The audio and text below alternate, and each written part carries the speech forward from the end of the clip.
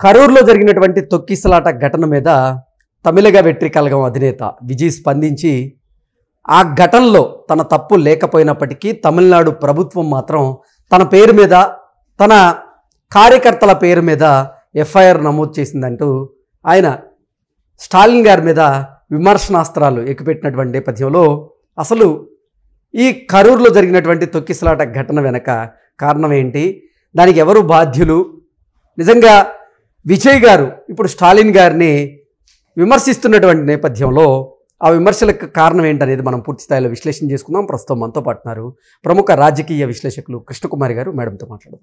Madam నమస్తే. Madam నమస్తే. విజయ్ ఇప్పుడు ఎంకే స్టాలిన్ గారిని ఉద్దేశించి విమర్శలు గుప్పిస్తూ ఉన్నారు. అసలు ఆ ఘటనకు కారణం ప్రభుత్వ వైఫల్యం, ప్రభుత్వం నా మీద కక్ష సాధింపు చర్యలకు పాల్పడుతుంది. స్టాలిన్ గారు మీరు కక్ష సాధించాలనుకుంటే నా మీద కక్ష సాధించండి, కానీ నా ప్రజల మీద కాదు అంటూ కూడా ఇప్పుడు విజయ్ స్టాలిన్ గారి మీద విమర్శలు చేసేటువంటి ప్రయత్నం చేశారు. దీన్ని ఎలా చూడాలి మేడం? ఇది ఎలా ఉందంటే దొంగే దొంగ దొంగ దొంగ నడిచినట్టుంది. ఓకే, అసలు దీనిలో ముద్దాయి విజయ్.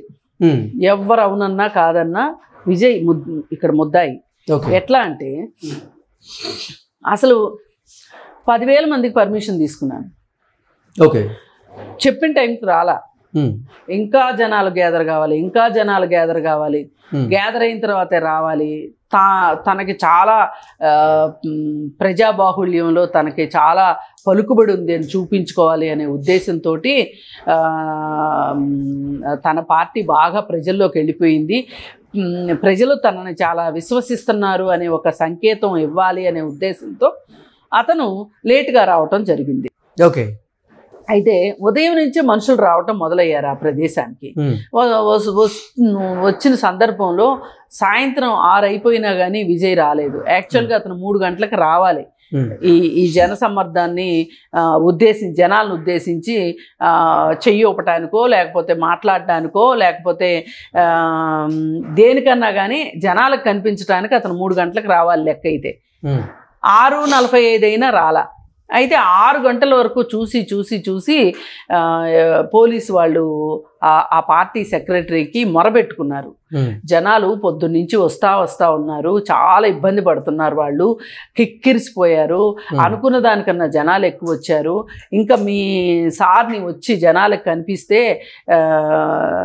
మంచిది, లేకపోతే మేము కంట్రోల్ చేయలేకపోతున్నాము, ఇక్కడ శాంతి భద్రతల సమస్య వచ్చేలాగా ఉంది అని చెప్పి ఒక రకంగా పోలీసులు వేడుకున్నారు అతన్ని. అయితే కూడా అతను మరి విజయ్కి సమాచారం ఇచ్చాడో లేదో తెలియదు, కానీ విజయ్ అయితే 6:45కి వచ్చాడు. ఈ వచ్చేసరికి జనాలు ఎదురు చూసి పైగా ఎండ మధ్యాహ్నం నుంచి ఉన్న వాళ్ళకి ఎంతో కొంత సన్ స్ట్రోక్ తగిలినట్లుంది. అంతా ఊపిరాడని పరిస్థితి, ఆక్సిజన్ అందట్లేదు, తక్కువ ప్రదేశంలో ఎక్కువ మంది గుమిగూడారు. ఈ పరిస్థితుల్లో ఒక్కసారిగా విజయ్ కనిపించేసరికి ఈ ప్రజలంతా ఆహాకారాలు చేయటము, అరవటము, ఒక గందరగోళం పరిస్థితి వచ్చింది. అయితే కింద ఖాళీ లేదని అక్కడున్న రోడ్డు పక్కన ఉన్న చెట్లు ఎక్కారు జనాలు. ఎక్కేసరికి సామర్థ్యాన్ని మించి చెట్లు ఎక్కేసరికి చెట్లు కూలిపోయినాయి. ఈ కూలిపోయిన చెట్లు ఎక్కడ పడతాయి? చెట్ల కింద జనాలు నుంచుని ఉన్నారు, జనాల మీద చెట్లు పడ్డాయి. ఇలా జనాలు చచ్చిపోయారు. ఆ పైనుంచి కింద పడిన వాళ్ళకి దెబ్బలు తగలటము, లేదు అనుకుంటే వాళ్ళు మనుషుల మీద పడితే ఆ కింద ఉన్న మనుషులకు దెబ్బలు తగలటము, ఈ చెట్లు కింద పడిన వాళ్ళు చచ్చిపోవటము జరిగింది. తొక్కిసలాట జరగలేదు. అదే తొక్కిసలాట. ఇప్పుడు ఇలా ఏదో జరుగుతుంది అనగానే జనాలు ఎటు బేతావహలై పరిగెడతారు కదా. ఈ ప్రాసెస్లో ఒకరి మీద ఒకళ్ళు పడటం, పైగా ఈ మీటింగ్కి బాధ్యతారహితంగా తల్లిదండ్రులు పిల్లలను తీసుకుని వచ్చారు. ఇప్పుడు పిల్లలు కూడా చచ్చిపోయారు కొంతమంది. అసలు పిల్లల్ని ఎలా తీసుకొస్తారు తల్లిదండ్రులు? అసలు మీకు రోడ్ షో చేయాల్సిన అవసరం ఏంటి? ఈ బలుపు దేనికి? అసలు మీ బలం చూపించుకోవాలి అంటే ఒక 10,000 మంది వస్తారనో 20,000 మంది వస్తారనో మీరు గవర్నమెంట్కి ఒక అప్లికేషన్ పెట్టుకోవాలి. పెట్టుకొని మీరు అంటే విజయ్ చెప్తున్న దాని ప్రకారంగా మేము అసలు సమావేశానికి అనువైనటువంటి ప్రాంతాన్ని మాకు పర్మిషన్ ఇవ్వండి ఆ ప్రాంతానికి సంబంధించి అంటూ మేము అడిగాము, కానీ ఇక్కడ మాత్రమే ఇచ్చారు, అందుకే అక్కడ ఎక్కువ మంది రావడంతో తొక్కిసలాట జరిగింది, అసలు ప్రభుత్వ వైఫల్యం వల్లే ఈ తొక్కిసలాట జరిగింది.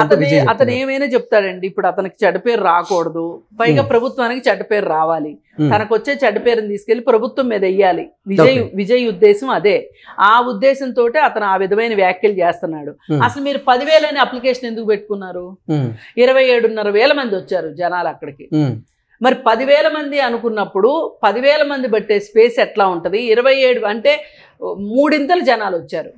3 జనాలు వస్తే ఎట్లా పోలీసులైనా 10,000 మందికి సిద్ధమై వస్తారు కదా, ఎట్లా కంట్రోల్ చేస్తారు? ఉన్న పోలీసులు ఎట్లా కంట్రోల్ చేస్తారు?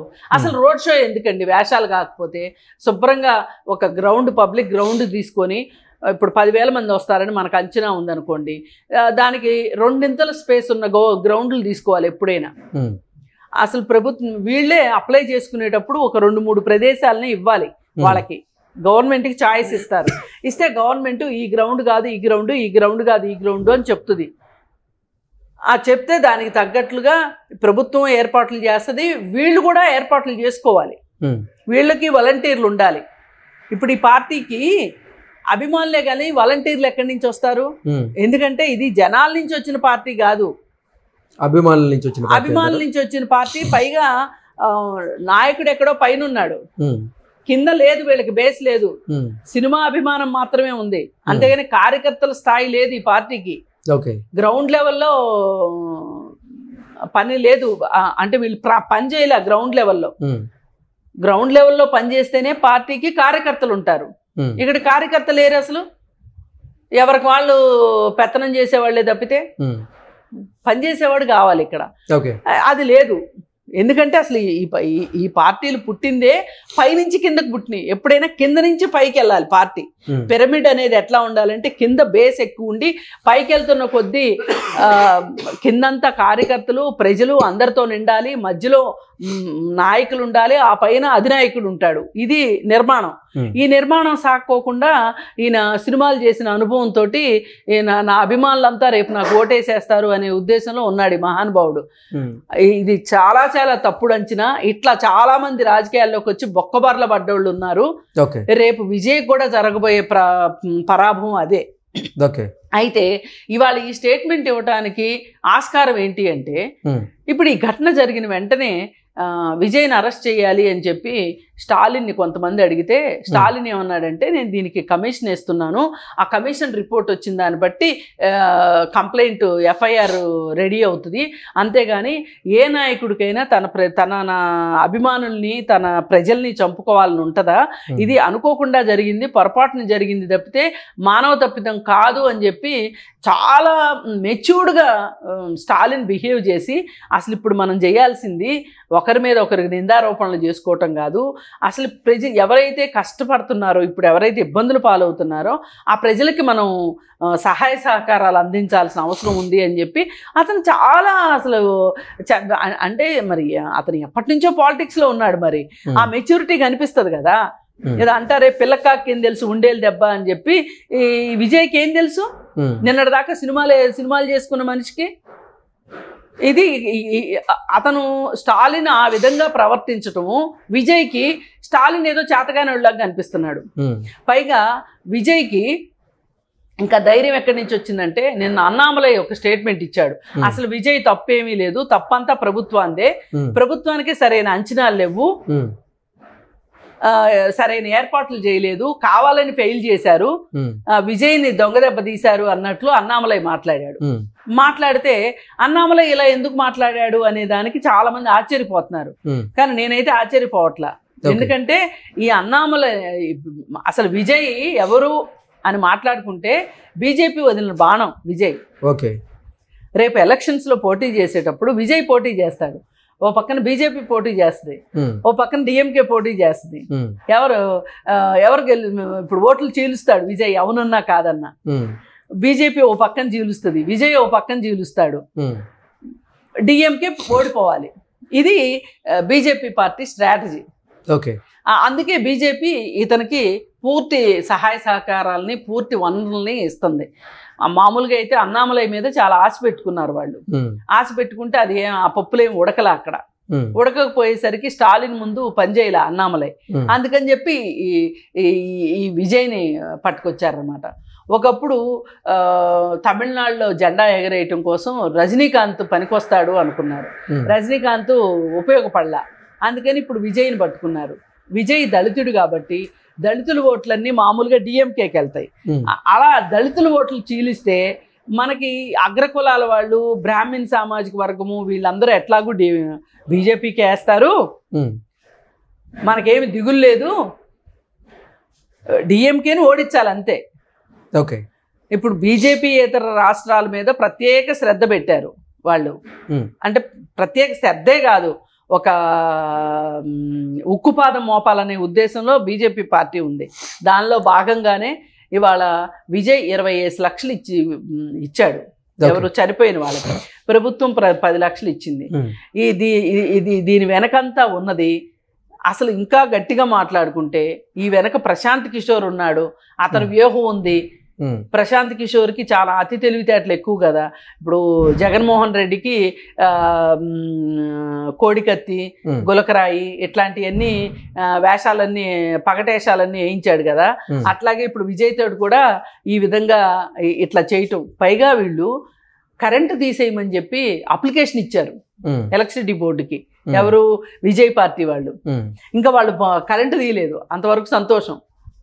అసలు వీళ్ళు కరెంటు తీయమని అప్లికేషన్ ఇవ్వటం వెనక వాళ్ళ దురుద్దేశం ఏంటో ఇప్పుడు ఆ లెటర్ని బయట పెట్టారు వాళ్ళు, ఎలక్ట్రిసిటీ డిపార్ట్మెంట్ వాళ్ళు. నిజాలు నిగ్గు మీద తేలుతాయి, ఎక్కడికి పోవు. ఈరోజు ఏదో ఒక దురుద్దేశంతో లేదు, ఒక భవిష్యత్తు మీద ఒక పెద్ద ఆశ పెట్టుకొని విజయ్ రాజకీయాల్లోకి వచ్చాడు. బీజేపీ చెప్పినట్టల్లా ఆడుతున్నాడు. ఓకే, ఈ పప్పులు ఉడకవని నేను చెప్పదలుచుకున్నాను. Okay madam, thank you so much.